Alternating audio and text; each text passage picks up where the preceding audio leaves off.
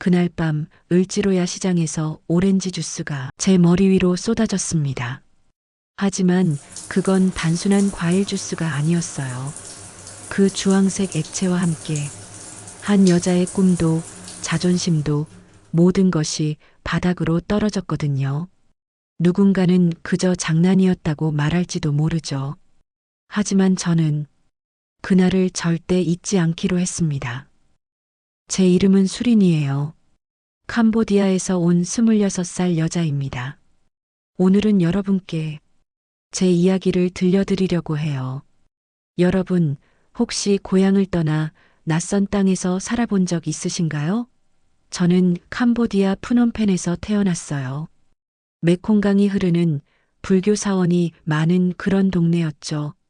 어릴 때부터 한국 드라마를 보며 자랐는데 특히 겨울연가를 정말 좋아했거든요. 그때는 몰랐어요.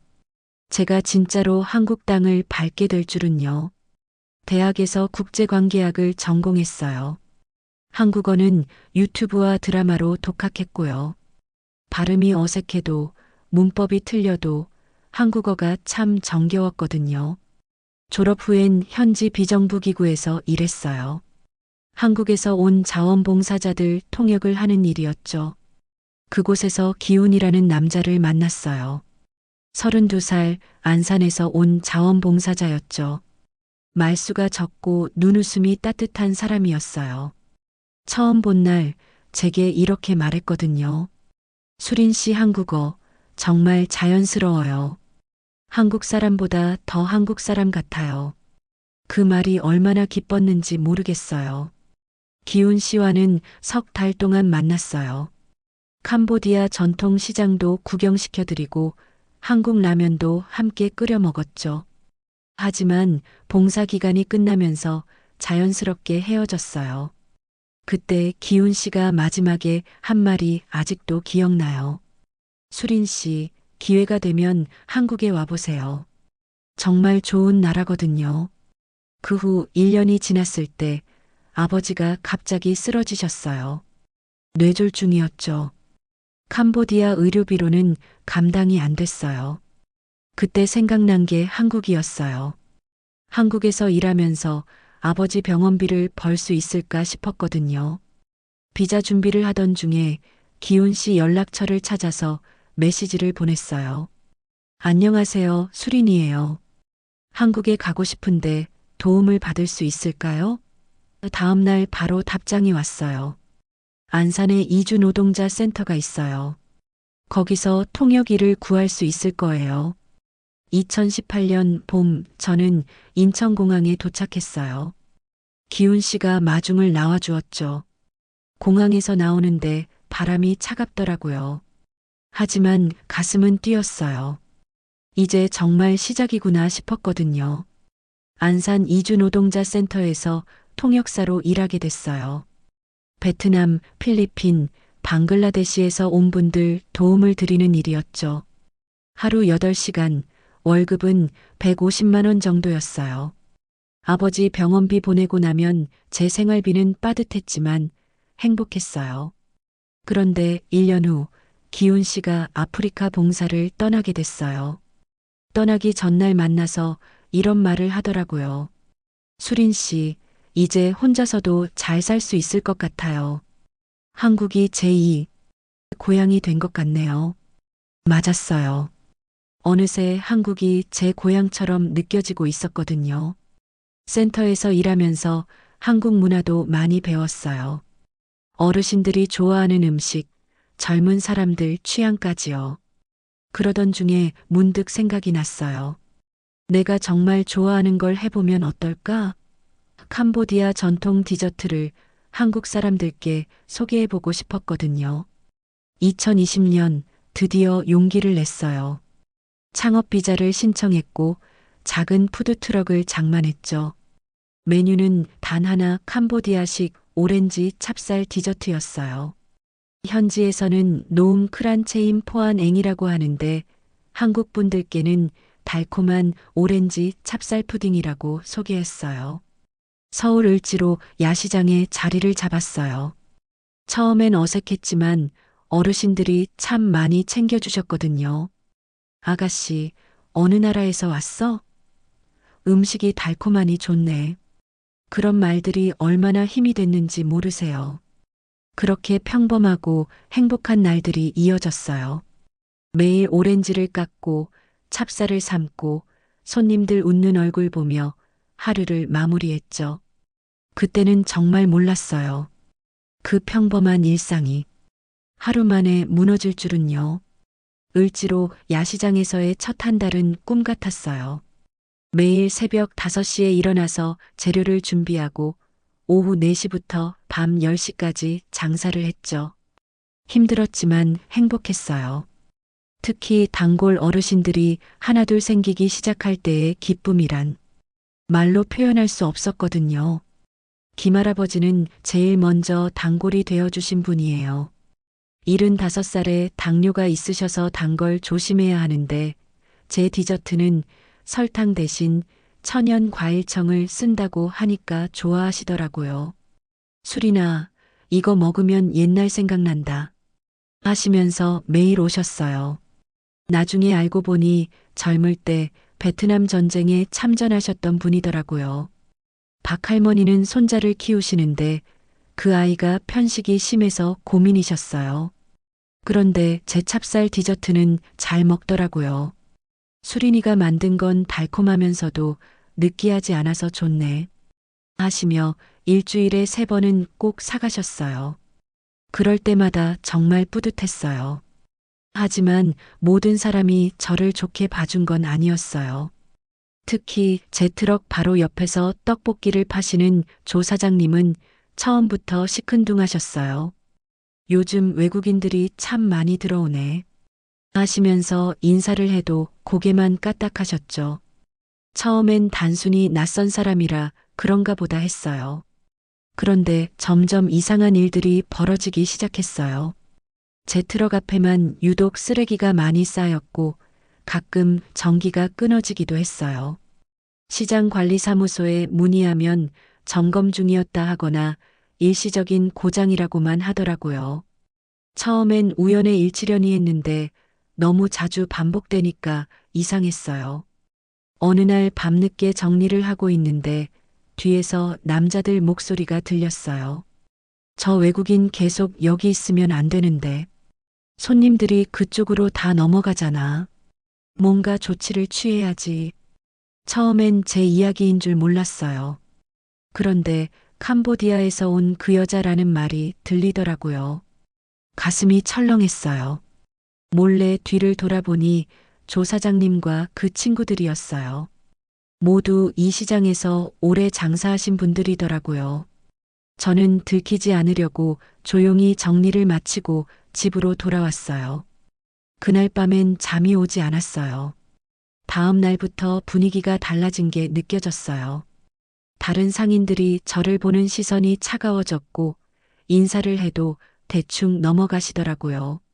심지어 평소 친하게 지내던 김치전 아주머니도 요즘 장사 어때? 하고 물어보셨는데 목소리에 탐탁지 않은 기색이 역력했어요. 가장 충격적이었던 건 박 할머니의 변화였어요. 항상 웃으며 인사해 주시던 분이 어느 날부터 제 트럭 앞을 그냥 지나가시더라고요. 용기를 내서 할머니, 안녕하세요 했더니 잠깐 멈춰 서시더니 이렇게 말하시는 거예요. 수리나 미안한데 좀 조심해야겠다. 이 동네 정서가 그래. 그날 저녁 김할아버지가 조용히 다가오셨어요. 주변을 둘러보시더니 작은 목소리로 말씀하시더라고요. 수리나, 너 여기서 장사한 지 얼마나 됐니? 2달 정도요. 그럼 아직 모르겠구나. 이 시장이 그냥 시장이 아니야. 오래된 사람들끼리의 규칙이 있어. 새로 오는 사람, 특히 외국인한테는 좀 까다로워. 할아버지 말씀을 들으니 뭔가 섬뜩했어요. 그럼 제가 뭘 잘못한 건가요? 잘못한 게 아니라 너무 장사가 잘 되는 게 문제야. 다른 상인들이 질투하고 있어. 그리고 뒤에서 조종하는 사람들이 있다고 들었어. 조종하는 사람들이요? 응, 이 시장 상인회에 영향력이 있는 사람들 말이야. 조심해라. 그날 밤 집에 돌아와서 곰곰 생각해 봤어요. 저는 정말 아무 잘못도 하지 않았는데 왜 이런 시선을 받아야 하는 걸까요? 열심히 일하고 정직하게 장사하고 어르신들께도 정성껏 대했는데 말이에요. 혹시 제가 외국인이라서 그런 건가요? 다음 날부터는 더욱 조심스럽게 장사를 시작했어요. 목소리도 더 작게 내고 손님들께도 더 정중하게 대했죠. 하지만 상황은 나아지지 않았어요. 오히려 더 노골적으로 변했어요. 어느 날 점심시간에 젊은 남자 두 명이 제 트럭 앞에 왔어요. 처음 보는 얼굴들이었는데 뭔가 좀 거칠어 보이더라고요. 여기서 뭐 파는 거야? 캄보디아 전통 디저트요. 달콤하고 맛있어요. 캄보디아? 거기가 어디야? 우리가 알아야 할 나라야? 그 말투가 참 기분 나빴지만 참았어요. 동남아시아에 있는 나라예요. 앙코르와트로 유명한. 아, 그래. 근데 여기가 한국인데 한국 음식 파는 게 맞지 않나? 외국 음식을 여기서 팔면 되는 거야? 점점 말투가 도전적으로 변하더라고요. 다른 상인들이 지켜보고 있는 게 느껴졌어요. 하지만 아무도 나서지 않았어요. 저는 최대한 정중하게 대답했어요. 저는 정식 허가를 받고 장사하고 있어요. 문제 없습니다. 허가? 허가만 받으면 다 되는 거야? 이 동네 사람들 기분은 생각 안 해? 그때 김할아버지가 다가오셨어요. 야, 너희들 뭐 하는 거야? 장사하는 사람 괴롭히지 말고 가라. 그러자 그 남자들이 할아버지께 대드는 거예요. 할아버지, 이런 외국인 때문에 우리 시장 분위기 이상해지는 거 모르세요? 그게 무슨 소리야? 수린이는 착한 애야. 결국 그 남자들은 그냥 갔지만 가면서 저에게 이런 말을 하더라고요. 여기가 내 나라가 아니라는 걸 명심해라. 눈치 좀 채고 살아. 그 말이 가슴에 박혔어요. 정말 아팠어요. 그날 밤 혼자 앉아서 울었어요.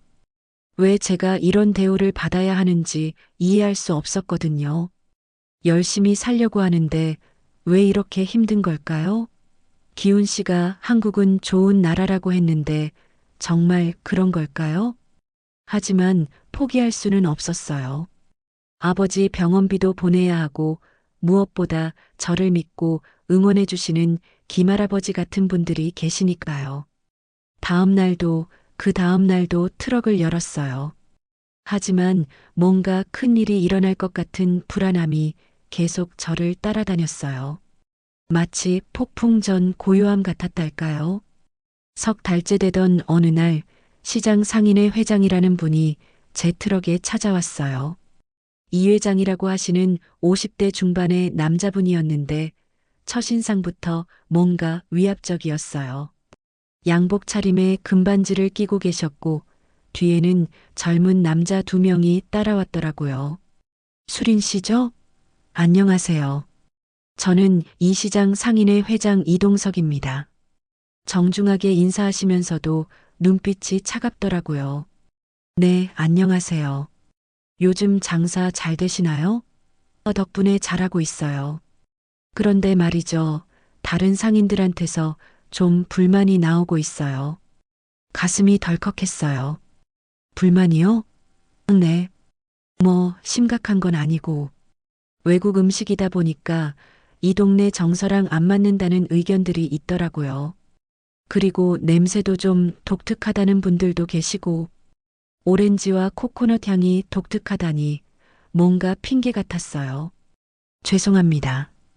제가 뭔가 조심해야 할 게 있다면 말씀해 주세요. 아니에요. 조심할 건 없어요. 다만, 이 시장이 오래된 곳이라 나름의 규칙이 있거든요. 새로 오신 분들은 좀 적응 기간이 필요해요. 그러면서 명함을 건네주시더라고요. 혹시 어려운 일 있으면 언제든 연락하세요. 명함을 받아보니 뒷면에 뭔가 적혀 있었어요. 을지로 상생회라는 단체 이름과 함께 상조 30만 원이라고 적혀 있더라고요. 이게 뭐예요? 아, 그건 상인회비 같은 거예요. 한 달에 30만 원씩 내시면 시장에서 어려운 일 있을 때 저희가 도와드려요. 순간 이해했어요. 이게 바로 일종의 보호비였구나. 꼭 내야 하는 건가요? 꼭 내야 한다는 건 아니죠. 하지만 내시면 좋을 거예요. 시장 생활이 훨씬 편해질 테니까. 위협처럼 들렸어요. 하지만 거절하기도 무서웠어요. 생각해 볼 시간을 주시면, 물론이죠. 일주일 정도 생각해 보세요. 그분들이 가고 나서 주변 상인들의 시선이 느껴졌어요. 모두 저를 쳐다보고 있더라고요. 김할아버지가 조용히 다가오셨어요. 술이나 이 회장이 뭐라고 하던 상인 회비를 내라고 하시네요. 한 달에 30만 원이요. 할아버지 얼굴이 어두워지더라고요. 그거 내면 안 돼. 한번 내기 시작하면 끝이 없어. 그럼 어떻게 해요? 일단 시간을 끌어봐.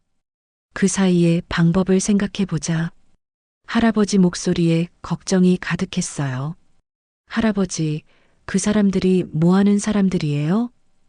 겉으로는 상인의 회장이지만 실제로는 이 동네 뒷골목을 장악하고 있는 사람들이야. 그날 밤 집에 가는 길에 누군가 저를 따라오는 게 느껴졌어요. 돌아보니 낮에 이 회장과 함께 왔던 젊은 남자 중 하나였어요. 무서웠지만 모른 척하고 빨리 걸었어요. 다행히 집 근처 편의점까지는 따라오지 않더라고요. 다음 날부터 이상한 일들이 더 자주 일어났어요. 제 트럭 앞에 일부러 담배꽁초를 버리는 사람들이 생겼고 가끔 트럭 타이어에 바람이 빠져 있기도 했어요. 하지만 뭘 하라고 명확하게 말하는 사람은 없었어요. 그냥 은근히 압박을 가하는 거였죠. 가장 힘들었던 건 단골 손님들이 줄어든 거였어요. 박 할머니는 아예 오시지 않았고 다른 어르신들도 눈치를 보시며 멀리서만 지나가시더라고요. 매출이 절반으로 줄었어요. 이대로 가다간 정말 문을 닫아야 할 상황이었어요. 일주일이 지나고 이 회장이 다시 왔어요. 이번엔 혼자 오셨더라고요. 생각해 보셨어요? 죄송하지만 지금 상황이 어려워서 30만 원은 부담스러워요. 아, 그래요? 그럼 어쩔 수 없네요.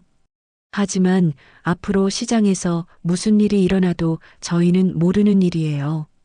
그 말이 떨어지자마자 분위기가 싸늘해졌어요. 무슨 일이 일어난다는 뜻이에요? 아니에요. 그냥 하는 말이에요. 하지만 이 시장이 만만한 곳은 아니라는 걸 알아두세요. 그러면서 가시더라고요. 그날 저녁 김할아버지가 심각한 표정으로 찾아오셨어요. 술이나 큰일 났어. 이동석이 내 뒤를 파고 있다고 하더라. 제 뒤를 파요? 응. 비자 상태, 세금 문제, 영업 허가까지 다 조사하고 있대. 뭔가 빌미를 잡으려는 것 같아. 정말 무서웠어요. 할아버지, 저는 모든 걸 합법적으로 했어요. 비자도 정식이고 세금도 다 내고 있고 그래도 조심해야 해. 저 사람들은 없는 것도 만들어내는 사람들이야. 특히 외국인한테는 더 까다로워. 할아버지가 제 손을 꼭 잡으시더라고요. 정 안 되면 다른 곳으로 가는 것도 생각해봐. 하지만 저는 포기하고 싶지 않았어요. 이곳에서 꿈을 이루고 싶었고 저를 응원해 주시는 분들을 실망시키고 싶지 않았거든요. 그날 밤 오랫동안 고민했어요. 어떻게 하면 이 상황을 헤쳐나갈 수 있을까? 며칠 후 예상치 못한 일이 벌어졌어요. 구청에서 위생 점검을 나온 거예요. 갑작스럽게 와서 트럭 구석구석을 뒤지더라고요. 다행히 저는 항상 깨끗하게 관리했기 때문에 큰 문제는 없었어요. 하지만 점검관이 이상하게 까다롭게 굴더라고요. 이 용기는 어디서 구입하셨나요? 마트에서 샀는데요. 영수증 있으세요? 집에 있어요. 다음번엔 꼭 지참해 주세요. 그리고 이 재료들 유통기한 관리도 더 철저히 해주시고 별거 아닌 걸로 계속 지적하더라고요. 점검이 끝나고 나서 이 회장이 나타났어요. 우연의 일치라기엔 너무 타이밍이 맞더라고요. 어떠셨어요? 별 문제 없었죠? 빈정거리는 말투였어요. 다행히 문제 없었어요. 그래요? 하지만 다음번엔 어떨지 모르겠네요. 점검이 자주 나올 수도 있거든요.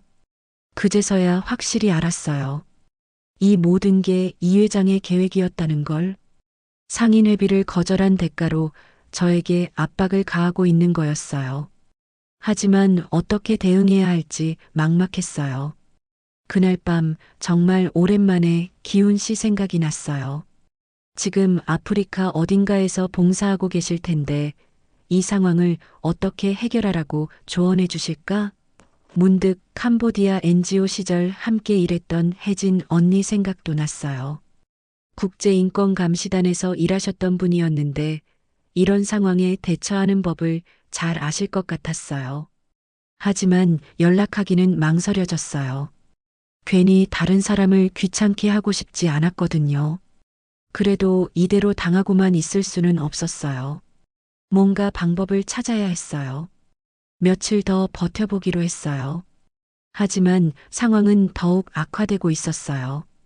이동석의 압박이 시작된 지 한 달이 지났을 때 상황은 더욱 심각해졌어요. 이제는 대놓고 손님들을 가로채기 시작했거든요.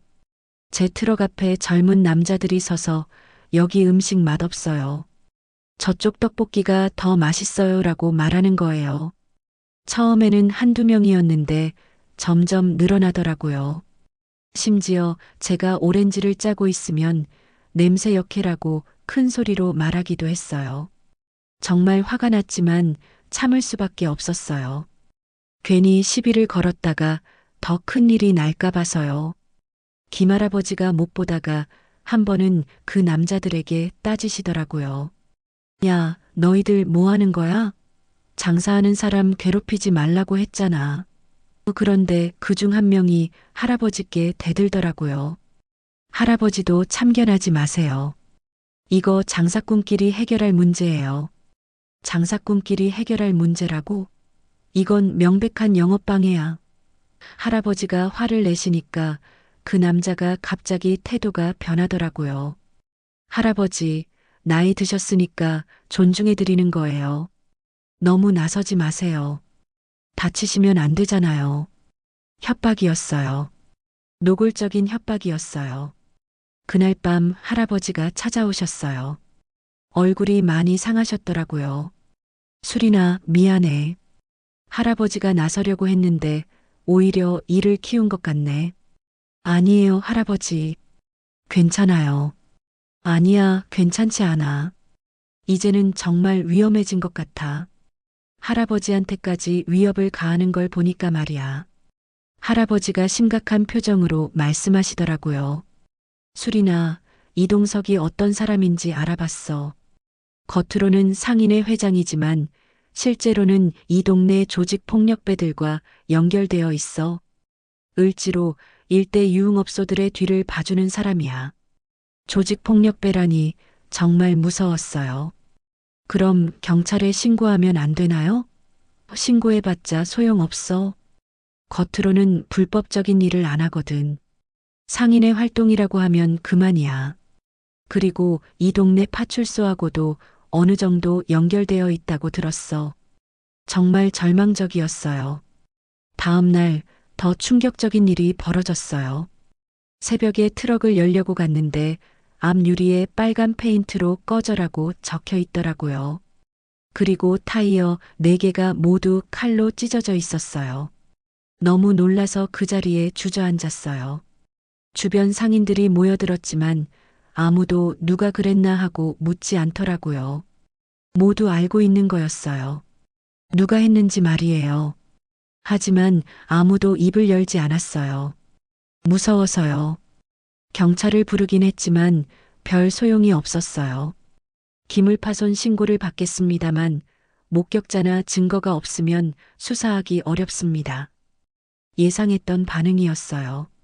CCTV도 확인해 봤지만 각도상 잘 보이지 않는다고 하더라고요. 타이어를 교체하고 페인트를 지우는데 이틀이 걸렸어요. 그 사이 장사를 못했으니까 손해도 컸죠. 하지만 무엇보다 정신적 충격이 너무 컸어요. 이제 정말 위험해졌구나 싶었거든요. 다시 장사를 시작했지만 손님이 거의 오지 않았어요. 소문이 퍼진 거였어요. 저 외국인한테 뭔가 문제가 있나 봐. 조폭들이 찍었다더라. 이런 식으로요. 하루 매출이 10,000원도 안 나올 때가 많았어요. 그런데 이상한 건 단골 어르신들 중에서도 완전히 등을 돌린 분들이 계셨다는 거예요. 특히 박 할머니는 아예 제 트럭 쪽으로 오지도 않으시더라고요. 나중에 다른 분을 통해 들어보니 누군가 어르신들께 그 외국인하고 엮이면 안 된다고 말하고 다녔다는 거예요. 정말 외로웠어요. 김할아버지만 가끔 와서 응원해 주셨지만 그분도 조심스러워 하시는 게 보였어요. 괜히 자신까지 피해를 당할까 봐서요. 그래서 더는 할아버지께 의지하고 싶지 않았어요. 어느 날 밤 정말 견딜 수 없어서 혜진 언니에게 연락했어요. 국제인권감시단에서 일하셨던 윤혜진 언니요. 캄보디아에서 함께 일할 때 저에게 이런 말씀을 하셨거든요. 술이나 어디서든 부당한 일을 당하면 혼자 견디지 말고 연락해. 언니, 저 수린이에요. 혹시 기억하세요? 어머, 수린아. 물론 기억하지. 어떻게 지내? 지금 한국에 있어요. 그런데 좀 도움이 필요해서 연락드렸어요. 상황을 설명했더니 언니가 매우 심각하게 받아들이시더라고요. 수린아, 이건 단순한 상권 다툼이 아니야. 외국인을 대상으로 한 조직적인 괴롭힘이야. 인권 침해야. 그럼 어떻게 해야 하나요? 일단 모든 증거를 수집해야 해. 사진, 녹음, 증인 증언까지. 그리고 관련 기관에 정식으로 신고하는 거야. 언니는 현재 서울에서 국제인권단체 일을 하고 계신다고 하셨어요. 내가 직접 도와줄게. 이런 일을 그냥 넘어가면 안 돼. 정말 반가웠어요. 드디어 제 편이 되어줄 사람이 생긴 거니까요. 하지만 혜진 언니의 도움을 받기 전에 더 큰 일이 터지고 말았어요. 그 사건이 일어나기 불과 이틀 전이었어요. 이동석이 마지막 경고를 하러 온 거였어요. 수린 씨, 정말 마지막으로 물어볼게요. 상인회비 낼 생각 없으세요? 죄송하지만 정말 어려워서요. 그럼 어쩔 수 없네요. 이제 저희도 더는 참을 수 없어요. 다른 상인들 불만이 너무 많거든요. 그러면서 이동석이 이상한 미소를 지었어요. 곧 을지로 야시장에서 재미있는 일이 벌어질 거예요. 수린 씨도 구경할 수 있을 거고요. 섬뜩했어요. 뭔가 계획하고 있다는 게 분명했어요. 그날 밤 잠을 이룰 수 없었어요. 계속 불안했거든요. 뭔가 큰일이 일어날 것 같은 예감이 들었어요. 그리고 그 예감은 정확했어요. 이틀 후 그 끔찍한 일이 벌어졌거든요. 제 인생에서 가장 치욕적이고 분노스러운 순간이 말이에요. 그날은 유난히 비가 부슬부슬 내리던 목요일 밤이었어요. 평소보다 손님이 적었지만 그래도 몇 분이 와서 디저트를 사가셨죠. 밤 9시쯤 되니까 사람들이 하나둘 떠나기 시작했어요. 저도 정리를 시작했고요. 오렌지를 갈아서 만든 청을 통에 담고 있는데 갑자기 뒤에서 웅성거리는 소리가 들렸어요. 돌아보니 젊은 남자들 5명이 제 트럭 주변에 서 있더라고요. 평소에 저를 괴롭히던 그 사람들이었어요. 하지만 오늘은 뭔가 달라 보였어요. 표정이 더 험악했거든요. 야, 캄보디아. 그중 한 명이 저를 불렀어요. 이름으로 부르지 않고 국적으로 부르는 게 정말 기분 나빴어요. 네, 오늘로 마지막이야. 여기서 장사 그만해. 왜요? 저 잘못한 게 없는데요. 잘못한 게 없다고? 이 동네 분위기 다 망쳐놓고 다른 사람들도 하나둘 모여들기 시작했어요. 대부분 낯익은 얼굴들이었어요. 이 시장에서 장사하는 상인들이나 단골 손님들이었죠. 하지만 아무도 저를 도와주려 하지 않았어요. 그냥 구경만 하고 있더라고요. 제발 그만두세요. 저는 정말 아무 잘못도 안 했어요. 정식 허가받고 깨끗하게 장사하고 있는데 왜 이러시는 거예요? 목소리가 떨렸어요. 무서웠거든요. 허가? 허가만 받으면 다 되는 줄 아나? 여긴 내가 있을 자리가 아니야. 그때 김할아버지가 나타나셨어요. 야, 너희들 뭐 하는 거야? 그만해. 하지만 그 남자들은 할아버지를 무시했어요. 할아버지, 오늘은 참견하지 마세요. 이미 경고 받으셨잖아요. 할아버지 얼굴이 창백해지시더라고요. 상황이 점점 안 좋아지는 게 느껴졌어요. 사람들은 더 많이 모였지만 아무도 도와주지 않았어요. 마치 구경거리라도 보는 것처럼 휴대폰을 꺼내는 사람들도 있었고요. 여러분, 제발 도와주세요. 이 사람들이 저를. 하지만 아무도 나서지 않았어요. 그때 그중 한 명이 제 트럭에서 오렌지 주스를 들고 왔어요. 제가 방금 전에 만들어 놓은 신선한 오렌지 주스였어요. 이게 뭐야? 동남아 음식? 그건 제가 파는 음료예요. 건드리지 마세요. 건드리지 말라고? 우리 돈으로 산 거 아니야? 정말 어이가 없었어요. 돈도 안 내고 가져간 주제에 그런 말을 하다니. 돈 안 내셨잖아요. 돈? 이딴 게 돈을 받을 만한 가치가 있어? 그러면서 그 남자가 주스를 제 얼굴 앞에서 흔들기 시작했어요. 이제 정말 마지막 경고야. 여기서 꺼져. 아니면 뭐요? 제가 화가 나서 소리쳤어요. 더는 참을 수 없었거든요. 아니면 이렇게 되는 거야. 그 순간 그 남자가 제 머리 위로 오렌지 주스를 쏟기 시작했어요. 차가운 액체가 머리 위에서 흘러내렸어요. 이마를 적시고 눈가를 타고 목을 따라 흘러내렸어요. 끈적하고 달콤한 냄새가 코를 찔렀어요. 제가 정성껏 만든 오렌지 주스가 이런 식으로 사용되다니 너무 화가 났어요. 주변에서 박수 소리가 들렸어요. 웃음소리도 들렸어요. 잘했어. 이제야 정신 차리겠네. 동남아 주제에 여기서 설쳐. 그 말들이 귀에 쏙쏙 박혔어요. 특히 동남아 주제라는 말이 가장 아팠어요. 저는 그냥 서 있었어요. 아무 말도 할 수 없었어요. 눈물이 나올 것 같았지만 참았어요. 이 사람들 앞에서 울고 싶지 않았거든요. 대신 조용히 속으로만 다짐했어요. 이 순간을 절대 잊지 않겠다. 누군가 휴대폰으로 동영상을 찍고 있는 게 보였어요. 제가 오렌지 주스를 뒤집어 쓰고 있는 모습을 말이에요. 나중에 인터넷에 올릴 거라는 게 뻔했어요. 외국인 갑질 이런 식으로 제목을 달아서 말이에요. 김할아버지가 저에게 다가오려고 하셨지만 그 남자들이 막았어요. 할아버지, 가세요. 이거 교육이에요. 교육이라니. 정말 기가 막혔어요. 제가 뭘 잘못했다고 교육을 받아야 하는 건지 이해할 수 없었어요. 몇 분이 지나고 나서야 사람들이 하나둘 흩어지기 시작했어요. 재미있는 구경이 끝났으니까요. 그 남자들도 마지막으로 한마디씩 던지고 갔어요. 이제 알았지? 여기서 꺼져. 다음번엔 이것보다 더한 것도 있어. 외국인이 주제를 알아야지. 모든 사람이 떠나고 나서 김할아버지가 조용히 다가오셨어요. 손에 수건을 들고 계시더라고요. 수리나, 괜찮니? 괜찮을 리가 없었지만 고개를 끄덕였어요. 할아버지, 저 그냥 집에 갈게요. 응, 그래. 오늘은 그만 들어가. 집에 가는 길이 너무 길게 느껴졌어요.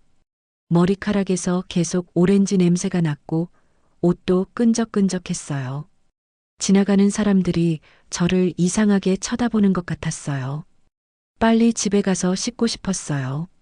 샤워를 하면서 울었어요. 그날 처음으로 참았던 눈물을 쏟아냈어요. 왜 제가 이런 일을 당해야 하는지 정말 이해할 수 없었어요. 열심히 살려고 하는데, 법을 지키며 살려고 하는데, 왜 이런 대우를 받아야 하는 걸까요? 밤새 잠을 이룰 수 없었어요. 계속 그 순간이 머릿속에 맴돌았어요. 오렌지 주스가 머리 위로 쏟아지던 순간, 사람들의 박수 소리, 웃음소리, 그리고 동남아 주제라는 말까지 모든 게 생생했어요. 다음 날 아침 휴대폰을 켜보니 문자가 하나 와 있었어요. 모르는 번호였는데 내용이 충격적이었어요. 어제 영상 봤어. 이제 알았지? 여기서 꺼져. 안 그러면 더한 일도 있어. 정말 무서웠어요. 그리고 인터넷을 검색해보니 정말 어제 영상이 올라와 있더라고요. 제목은 외국인 장사꾼 혼내주기였어요. 조회수는 벌써 몇천 명이 봤더라고요. 댓글도 엇갈렸어요. 저를 동정하는 사람들도 있었지만 저런 외국인들 때문에 우리나라가 망한다는 악플도 많았어요. 정말 절망적이었어요. 이제 어떻게 해야 할지 모르겠더라고요. 다시 시장에 나갈 수도 없을 것 같았고, 그렇다고 포기할 수도 없었고, 정말 막막했어요. 그때 혜진 언니가 전화를 해왔어요. 수리나, 인터넷에 올라온 영상 봤어. 괜찮니? 언니. 목소리가 떨렸어요. 지금 당장 만나자. 이 일 그냥 넘어갈 수 없어. 드디어 제 편이 되어줄 사람을 만날 수 있게 됐어요. 하지만 그때는 몰랐어요. 이 일이 단순한 복수로 끝나지 않을 거라는 걸 말이에요. 6챕터 복수는 차갑게 끓인다. 혜진 언니를 만나기로 한 곳은 홍대 근처 조용한 카페였어요. 사람들 눈을 피해서 만나고 싶었거든요. 언니는 저보다 먼저 와서 기다리고 계셨어요. 1년 만에 보는 얼굴인데도 여전히 날카롭고 지적인 인상이었어요. 수리나, 언니가 일어나서 저를 껴안아 주셨어요. 그 순간 참았던 감정이 다시 올라왔어요. 언니, 정말 힘들었어요. 많이 힘들었지. 영상 보는데 정말 화가 나더라. 어떻게 사람을 저렇게 대할 수가 있어? 카페에 앉아서 처음부터 끝까지 모든 상황을 설명했어요. 이동석이라는 상인회 회장, 상인회비 요구, 지속적인 괴롭힘, 그리고 어제 있었던 일까지. 언니는 중간중간 고개를 끄덕이시며 메모를 하시더라고요. 수리나, 이건 단순한 상권 갈등이 아니야. 외국인에 대한 조직적인 혐오 범죄야. 그리고 이 이동석이라는 사람은 분명 뒤에 조직이 있을 거야. 저도 그렇게 생각해요. 김할아버지가 조폭과 연결되어 있다고 하시더라고요. 언니가 노트북을 꺼내더니 뭔가를 검색하기 시작했어요. 이동석? 을지로 상생해. 아, 여기 있네. 화면에는 이동석의 사진과 함께 여러 기사들이 떴어요. 이 사람 전과가 있어. 폭행, 공갈, 영업방해. 전형적인 조폭이네. 그럼 경찰에 신고하면 되는 거 아닌가요? 그렇게 간단하지 않아. 이 사람들은 법의 테두리 안에서 교묘하게 움직여. 겉으로는 상인의 활동이라고 하면 되거든. 그리고 현지 경찰과도 어느 정도 연결되어 있을 가능성이 높아. 언니는 제가 찍힌 영상을 다시 보시더니 심각한 표정을 지으셨어요. 이 영상이 오히려 기회가 될 수 있을 것 같은데? 기회요? 응. 이건 명백한 증거야. 집단 괴롭힘, 인종차별, 영업방해. 모든 게 다 담겨 있어. 언니가 설명해 주시는 계획은 생각보다 체계적이었어요. 일단 모든 증거를 수집해야 해. 어제 영상은 이미 있고 그 전에 받은 협박 문자, 트럭 파손 사진, 증인 증언까지. 그리고 이동석의 불법 행위들을 추가로 조사해야 해. 하지만 저 혼자서는 어려울 것 같은데요. 혼자 하는 게 아니야. 내가 속한 국제인권단체에서 도와줄 거야. 우리는 이런 사건을 전문적으로 다루거든. 특히 외국인 대상 혐오 범죄 말이야. 언니의 설명을 들으니 희망이 보이기 시작했어요. 그럼 정말 이길 수 있을까요? 이기고 지는 게 문제가 아니야. 중요한 건 이런 일이 다시 일어나지 않도록 하는 거야.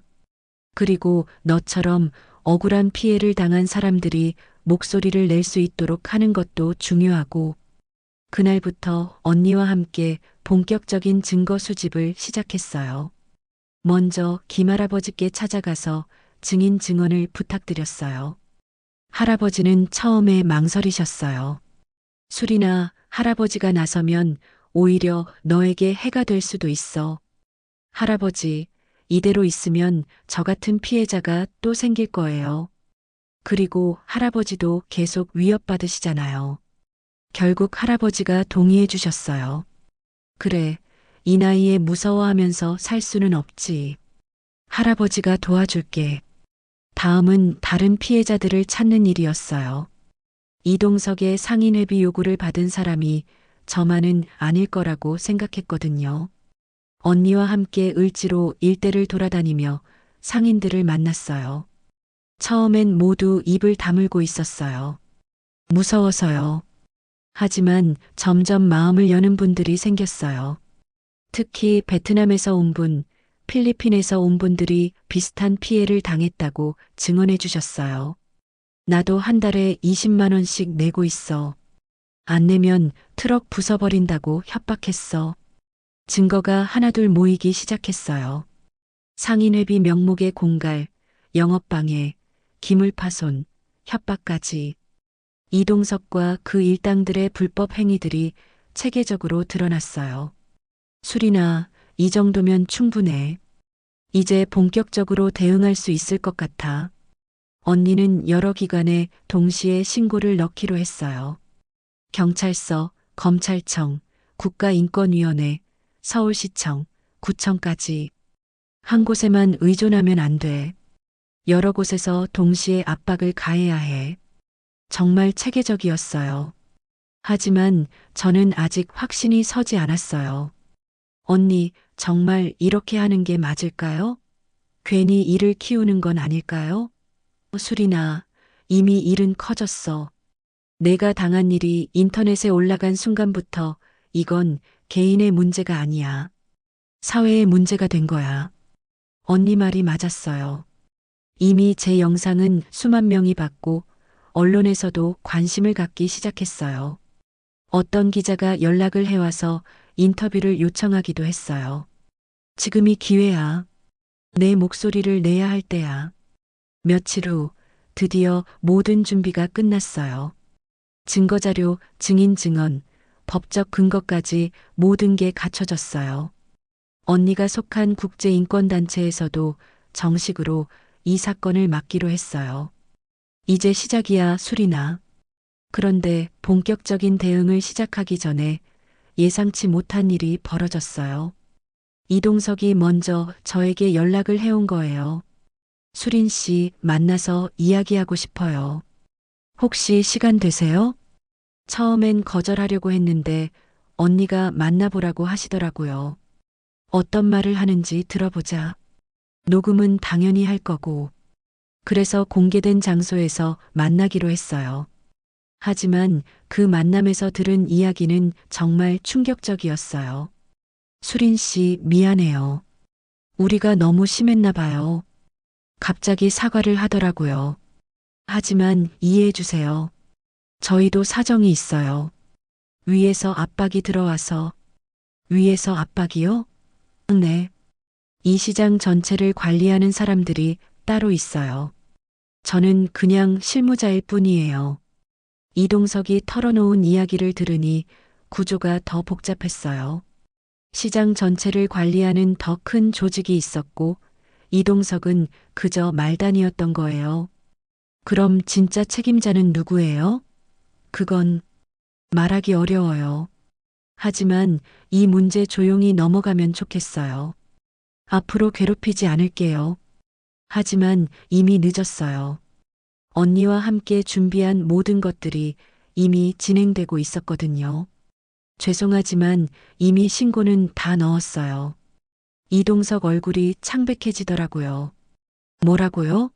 그럼 이제 그 순간 저는 확신했어요. 제가 하고 있는 일이 옳다는 걸 말이에요. 이 사람들의 두려움이 바로 정의가 승리하고 있다는 증거였거든요. 신고를 넣은 지 일주일 후 드디어 움직임이 시작됐어요. 가장 먼저 연락이 온 곳은 서울시청이었어요. 외국인 정책과에서 직접 전화가 왔더라고요. 수린 씨, 신고 내용 확인했습니다. 현장 조사를 나가려고 하는데 함께 가주실 수 있나요? 을지로 야시장에 시청 조사팀이 나타난 건 오후 2시경이었어요. 평소보다 이른 시간이었는데도 상인들 사이에 긴장감이 돌더라고요. 저와 혜진 언니 그리고 시청 공무원 3명이 함께 시장을 둘러봤어요. 여기가 트럭이 있던 자리죠? 네, 맞아요. 제 자리는 아직 비어 있었어요. 그 사건 이후로 나갈 엄두를 못 냈거든요. 주변 상인들이 저희를 신기한 듯 바라보고 있었어요. 특히 조 사장님은 멀리서 날카로운 시선으로 노려보고 계시더라고요. 조사팀이 상인들과 개별 면담을 시작했어요. 처음엔 모두 모른다, 본 적 없다는 식으로 대답했어요. 하지만 시간이 지날수록 조금씩 입을 열기 시작하는 분들이 생겼어요. 특히 김할아버지가 먼저 나서서 증언해 주시니까 다른 분들도 용기를 내시더라고요. 이동석이라는 사람이 한 달에 30만 원씩 내라고 했어요. 안 내면 장사 못하게 만든다고 협박했고요. 베트남에서 온 상인분이 떨리는 목소리로 말씀하시더라고요. 저도 20만 원씩 내고 있었어요. 무서워서 신고도 못했어요. 필리핀 분도 증언해 주셨고요. 점점 더 많은 증언이 나왔어요. 이동석의 상인회비 강요, 거부시 영업방해, 심지어 폭력 협박까지. 그제서야 이 문제가 저만의 문제가 아니었다는 걸 깨달았어요. 이미 수년간 이런 일이 반복되고 있었던 거예요. 오후 4시쯤 이동석이 나타났어요. 시청 조사팀이 있는 걸 보자 얼굴이 일그러지더라고요. 뭐 하시는 거예요? 상인회 관련 조사 나왔습니다. 잠시 얘기 좀 하죠. 공무원이 정중하게 말하자 이동석은 어쩔 수 없이 따라갔어요. 1시간 정도 면담이 진행됐어요. 중간중간 이동석의 목소리가 높아지는 게 들렸어요. 이건 오해예요. 상인의 정당한 활동이었어요. 하지만 이미 너무 많은 증거와 증언이 나온 상태였어요. 면담이 끝나고 나서 공무원이 저에게 말했어요. 수린 씨, 조사 결과 명백한 불법 행위가 확인됐습니다. 상인회비 명목의 공갈, 영업방해, 협박까지 관련 기관에 모두 통보하겠습니다. 정말 후련했어요. 다음 날 경찰서에서도 연락이 왔어요. 정식 수사에 들어가겠습니다. 피해 신고서를 작성해 주세요. 혜진 언니와 함께 경찰서에 갔는데 담당 형사가 생각보다 적극적이더라고요. 요즘 이런 외국인 대상 범죄가 사회 문제가 되고 있어서 엄중하게 다루라는 지시가 내려왔어요. 일이 급속도로 진전됐어요. 며칠 후에는 검찰에서도 소환 통지가 왔어요. 이동석과 그 일당들에 대한 정식 수사가 시작된 거였어요. 수린 씨, 증인으로 출석해 주세요. 재판에서도 증언이 필요할 수 있습니다. 가장 놀라운 건 언론의 관심이었어요. 처음에는 작은 인터넷 신문에서 기사가 나왔는데 점점 큰 언론사들도 관심을 갖기 시작했어요. 외국인 혐오 범죄 실태, 을지로 야시장 공갈 사건 이런 제목으로 기사가 쏟아졌어요. 특히 제가 오렌지 주스를 뒤집어 쓰는 영상이 뉴스에 나가면서 여론이 크게 움직였어요. 댓글도 처음과는 완전히 달라졌어요. 너무 심하다. 외국인이라고 저렇게 대해도 되는 건가? 가해자들 처벌해야 한다. 이런 의견들이 대부분이었어요. 하지만 모든 과정이 순탄하지만은 않았어요. 이동석 측에서 저에게 합의를 제안해 온 거예요. 조용히 합의하면 1천만 원 드리겠어요. 그리고 앞으로 절대 괴롭히지 않을게요. 솔직히 돈이 필요한 상황이었지만 거절했어요. 언니, 제가 잘한 거죠? 당연하지. 돈으로 해결되는 문제가 아니야. 이건 사회 정의의 문제거든. 혜진 언니가 제 결정을 지지해 주셔서 힘이 났어요. 몇 주 후 드디어 재판이 시작됐어요. 법정에 서는 게 처음이라 떨렸지만 혜진 언니와 김할아버지가 함께 와주셔서 용기를 낼 수 있었어요. 이동석과 그 일당 4명이 피고석에 앉아 있는 모습을 보니 복잡한 기분이었어요. 검사가 제게 물었어요. 피해자 수린 씨, 피고들로부터 어떤 피해를 당했는지 말씀해 주세요. 떨리는 목소리로 그날의 일을 다시 설명했어요. 오렌지 주스를 뒤집어 쓰던 순간 사람들의 박수 소리, 동남아 주제라는 말까지. 그때 어떤 기분이셨나요? 정말 인간 이하로 취급받는 기분이었어요. 제가 뭘 잘못했는지도 모르겠고 왜 이런 일을 당해야 하는지 이해할 수 없었어요. 법정이 조용해졌어요. 이동석의 변호사가 반박했어요. 피고들은 단순한 상권 분쟁이었다고 주장하고 있습니다. 외국인 혐오와는 관련이 없다고. 하지만 너무 많은 증거가 있었어요. 다른 피해자들의 증언, 녹음 파일, 협박 문자까지. 재판은 2달간 계속됐어요. 그 사이 저는 다시 야시장으로 돌아갔어요. 이번에는 다른 상인들의 시선이 완전히 달랐어요. 미안하다는 표정, 응원한다는 표정. 특히 김할아버지를 비롯한 몇 분이 적극적으로 도와주셨어요. 수리나, 이제 정말 안전하게 장사할 수 있을 거야. 네, 할아버지. 정말 감사해요. 새로운 트럭에 새로운 메뉴판을 달았어요.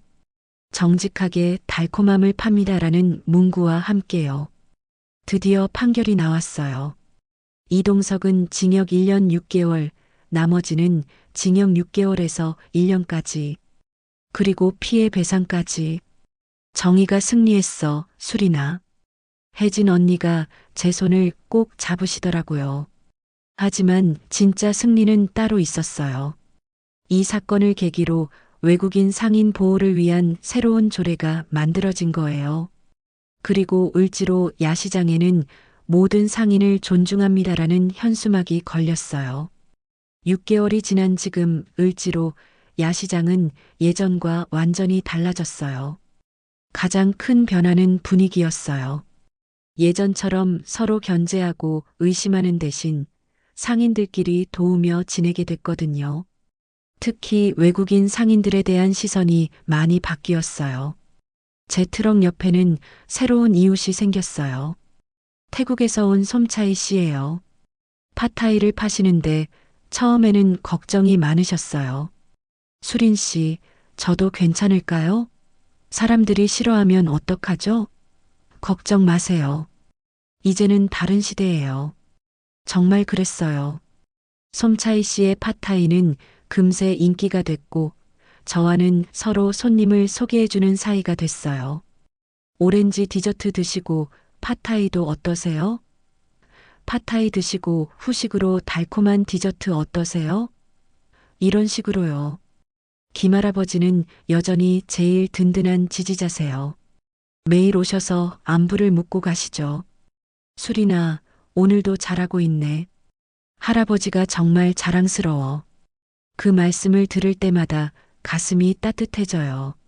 정말 한국에 계신 할아버지 같은 분이거든요. 박할머니도 다시 오시기 시작했어요. 처음엔 미안해 하시더라고요. 수리나, 할머니가 미안해. 그때 도와주지 못해서. 괜찮아요, 할머니. 이해해요. 이제는 정말 맛있게 먹을 수 있을 것 같아. 마음이 편해서. 가장 뿌듯한 건 새로운 단골들이 늘어나고 있다는 거예요. 특히 젊은 분들이 많이 와요. 뉴스에서 봤어요. 정말 대단하세요. 용기 내줘서 고마워요. 이런 말씀들을 들으면 제가 한 일이 의미가 있었다는 생각이 들어요. 혜진 언니는 지금도 가끔 와서 디저트를 사가세요. 수리나, 이제 정말 자유롭게 장사하는 것 같아 보기 좋아. 네, 언니 덕분이에요. 아니야, 내가 용기를 낸 덕분이지. 언니가 없었다면 정말 어려웠을 거예요. 요즘에는 다른 지역 외국인 상인들이 저를 찾아와요. 비슷한 어려움을 겪고 있는 분들이에요. 수린 씨, 어떻게 해결하셨어요? 도움을 받을 수 있을까요? 그럴 때마다 제가 아는 정보를 모두 알려드려요. 혜진 언니 연락처도 드리고요. 지난주에는 정말 감동적인 일이 있었어요. 예전에 저에게 오렌지 주스를 부었던 그 남자 중 한 명이 찾아온 거예요. 처음엔 깜짝 놀랐어요. 또 무슨 일인가 싶어서요. 하지만 그 사람은 사과하러 온 거였어요. 수린 씨, 정말 죄송해요. 제가 너무 잘못했어요. 진심으로 후회하는 표정이었어요. 저도 그때는 정신이 없었어요. 남들이 하니까 따라한 건데, 집에 가서 생각해 보니 정말 잘못된 일이었어요. 괜찮아요. 이제는 다 지난 일이에요. 그 사람이 디저트 하나를 사면서 말하더라고요. 앞으로는 절대 이런 일 없을 거예요. 제 친구들한테도 말해놨어요. 그 순간 정말 모든 게 용서됐어요. 사람은 변할 수 있구나. 진심으로 반성하면 용서받을 수 있구나 하는 생각이 들었어요. 최근에는 기쁜 소식도 있었어요. 캄보디아에 계신 아버지 상태가 많이 좋아지셨거든요. 수술도 성공적으로 받으시고 재활치료도 잘 받고 계세요. 수리나, 아버지가 정말 자랑스러워해. 우리 딸이 한국에서 이렇게 훌륭하게 살고 있다니. 어머니와 화상 통화를 할 때마다 눈물이 나요. 수리나, 힘들었지? 이제는 괜찮아요, 어머니. 정말 좋은 사람들이 많아요. 그래도 조심해라. 혼자 있는 게 많이 걱정돼. 네, 알아요. 어머니도 건강하세요. 요즘에는 새로운 꿈도 생겼어요. 캄보디아 음식을 더 많이 소개하고 싶어요. 오렌지 디저트뿐만 아니라 다른 전통 음식들도요. 그래서 작은 식당을 열 계획을 세우고 있어요. 물론 쉽지 않겠지만 이제는 자신이 있어요. 혜진 언니도 응원해 주세요. 수리나, 내가 하는 일이 단순히 장사가 아니야. 문화 교류야. 한국 사람들이 캄보디아를 더 잘 알게 되는 거지. 정말 그런 것 같아요. 제 음식을 먹고 캄보디아에 한번 가보고 싶다고 말씀하시는 분들이 늘어나고 있거든요. 오늘도 오렌지를 깎으며 생각해요. 그날 제 머리 위로 흘렀던 건 단순한 과일 주스가 아니었어요. 어떤 의미에서는 제 과거였던 것 같아요. 무력하고 두려웠던 과거 말이에요. 그 주스와 함께 예전에 제가 흘러내렸고 새로운 제가 태어난 거죠. 이제 제가 짜는 오렌지 주스는 달라요. 똑같은 재료, 똑같은 방법으로 만들지만 의미가 완전히 다르거든요. 예전에는 그냥 달콤한 음료였다면 지금은 희망의 맛이에요. 용기의 맛이고 정의의 맛이에요. 손님들이 제 디저트를 드시며 웃는 모습을 볼 때마다 생각해요. 아, 이래서 여기까지 온 거구나.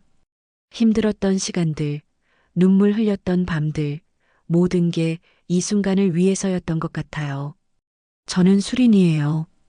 캄보디아에서 온 26살 여자예요. 한때는 그저 살아남기 위해 이곳에 왔었지만, 이제는 이곳이 진짜 제 고향이 됐어요. 그리고 앞으로도 계속 이곳에서 정직하게, 당당하게 제 꿈을 이루며 살아갈 거예요. 오늘도 따뜻한 오렌지 향기가 을지로 야시장에 퍼져나가고 있어요. 그 향기 속에는 제 이야기가, 제 꿈이, 그리고 새로운 희망이 담겨 있어요. 오늘 영상이 마음에 드셨다면 좋아요 한번 눌러주세요. 그리고 어머나 사연 채널을 구독하시면 매주 새로운 감동과 사연을 만나보실 수 있어요. 다음 이야기에서는 또 어떤 가슴 뭉클한 사연으로 찾아뵐지 기대해 주세요.